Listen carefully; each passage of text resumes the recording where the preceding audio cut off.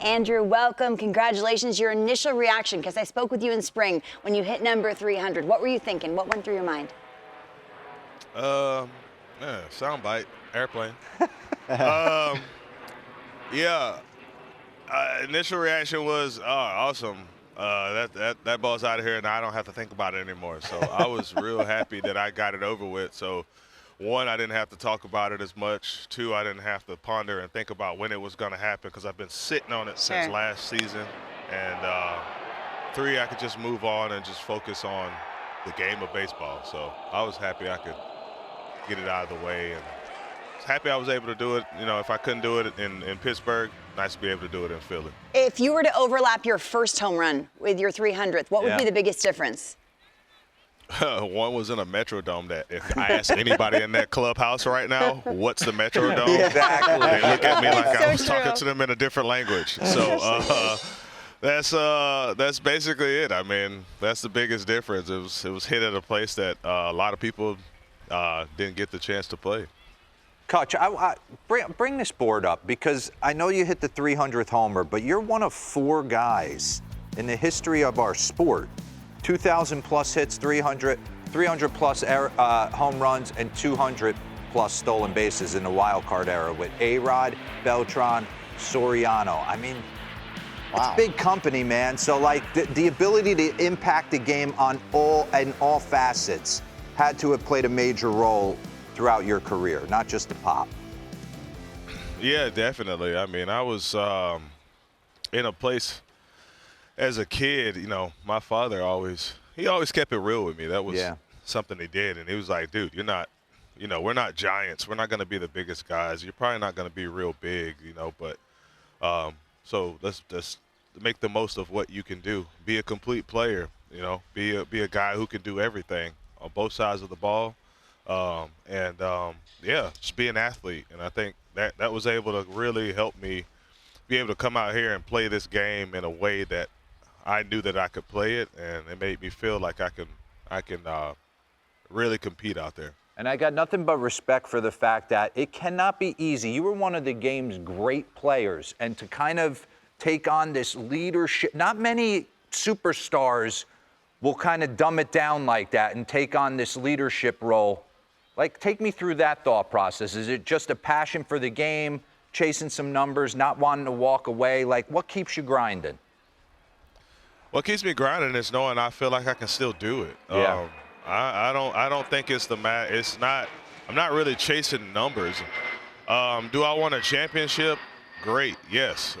Would it be great to do that here in Pittsburgh? Of course. That's part of the reason I do it. But I still feel like there's some in the tank. I still feel like I have more to give. So I go out there. I don't feel like I'm gonna embarrass myself. So. And I always say, man, if I felt like I can keep going and keep doing it, not feeling like the game is sped up too much on me, then if I get the opportunity, I'm going to do it. Yeah. As long as the body holds up and, and as long as the team's competing. So, we're hitting those right now, and I'm just going to keep pushing every single day. Coach, thinking about earning that championship one day, I love how things come full circle. When you came in with Pittsburgh, you were that team who was consistently not in the playoffs year in and year out. And then you come in, a youth movement comes in through Pittsburgh, 13, 14, 15. You guys consistently get the opportunity to go to the postseason, which is all you're looking for at this point, is like to get to the postseason and to see what happens. What did you see in this team from the young guys that you have that made it important for you to come back to Pittsburgh and try to turn this thing around again? It is, like you mentioned, coming full circle. I feel like that's happening right in front of me. When I first came up, knowing that we were in that rebuilding stage is what they like to call it, it was you start to see the team and the guys that you are coming up with, the guys that you play in the minor leagues together with, you're all playing together in the show. So you do that, and, things start to happen. You guys start to be excited about it. And, you start winning some games, gain a little bit of confidence, and then reality hits come second half of the season. You fall off, and then you learn from it. You show up the next day, you do even better, and I feel like that's what this team right now has done. That's what happened to us last year. It's reminiscent of 2012 when we had a real good first half, and we fell off at the second half. We did that last year. Had a quick start, fell off, and now we learned from it. So it is coming full circle. I'm real confident in the guys here, and we trust each other in that locker room, and it's a good group of guys. Andrew, among that young talent is, I think, one of the unique players in the game, and that's your shortstop, ONeal Cruz. You spent just a season playing with Aaron Judge. I'm wondering, they're both listed at the same height, but obviously ONeal plays shortstop. What's your reaction when you look at some of the things that this young man can do on the field? He's a guy who he can do a lot of amazing things on the field. Obviously, he has the stature. You see him. Obviously he's 6'7", and so it's something that you don't see every day. That's what makes him, stand out. He's a guy who can obviously hit the ball 120 miles an hour as well. But also, once he starts to learn himself and knows that, hey, I don't got to hit the ball 120. I can let the ball get a little deeper. I can go the other way, as we saw the home run in Philadelphia. Yeah. Painted fastball down and away, hits it 108 backside on a line for a homer.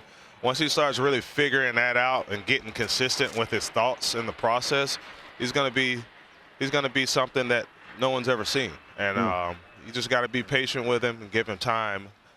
He had a lot of time off last year, dealing with injuries. So once he gets his feet under him and gets going, man, it's going to be amazing, because the things that I've seen already, they're impressive. So just get consistent. But, that's why I'm here, and just to help him out with that. You're there in New York City. What's your style of pizza? What's your order? What do you got? Man, I don't eat pizza like that. Wait, what? In New York. Exactly. I've been telling this group for 5 years. What, it's overrated? That the pizza in New York is not good. Don't Lauren. say that out Ask him loud. what he Don't had say it for on a breakfast. I'm mic. not saying all that. I'm just saying I don't eat pizza in New York. That's it. I got my little joint that I like to eat at home. It's called The Oven. Yeah. And it's like the best brick oven pizza that I've had. So that's Just what I like to eat. What are your toppings? I literally go pepperoni, cheese, and gluten-free. That's Keep it simple. what I like to eat. Keep it Real simple. simple, real good, nice little pie, and it's amazing. And I weighed out, and we're off tomorrow, so you know where I'm going. There you go. Hey, real quick, what'd you have for breakfast?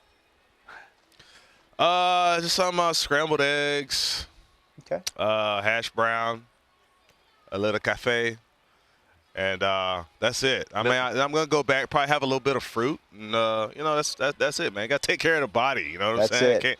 I can't crush like I did when I was in my early 20s. It is the Pirates and the Mets a little bit later this afternoon from Citi Field. Andrew McCutchen joining us here on Central. Thank you. Andrew, thank you very much for the time. Congratulations on career home run number 300, and best of success and luck moving forward.